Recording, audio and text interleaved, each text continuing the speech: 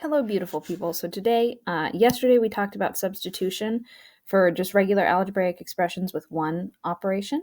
And today we're going to talk about substitution when there are multiple steps in an operation. So let's recall from yesterday that substitution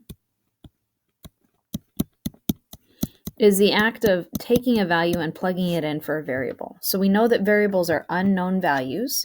So we're just trying different answers in for that unknown value. So today we're going to get into a little more complicated one. So here's an example like from yesterday. Yesterday we did problems like y plus 7, where y equals 13. Okay, so basically in the left expression, every time I see a y, I'm going to replace it with the number 13. So this becomes 13 plus 7, which is 20. So this is what we do when we substitute, is we plug in the value of y wherever we have a y. So we're going to substitute y for 13. Okay. All right, so today what we're going to do is we're going to do a little more complicated substitution problems. We're going to use multiple operations. All right, so for this expression, we've got 3x plus 2 when x equals 4. So this right here gives us the value that we're substituting. So we're going to substitute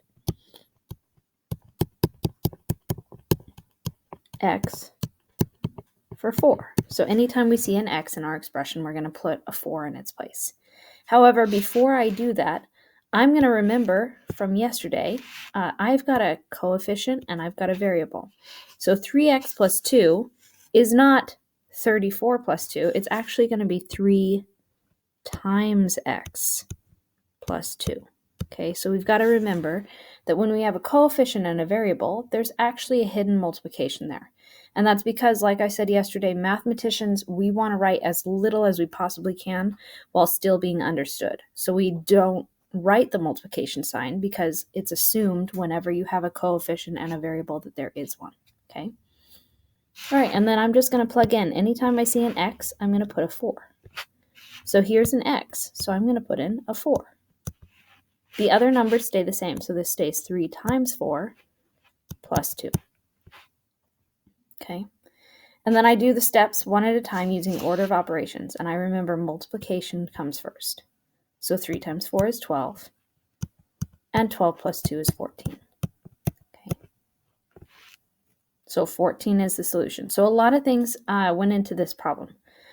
First was that we needed to remember that this substitution means that we're plugging in for x. Second is we needed to remember that there's multiplication here. And then third was we needed to figure out order of operations. So those are all things that we've talked about before.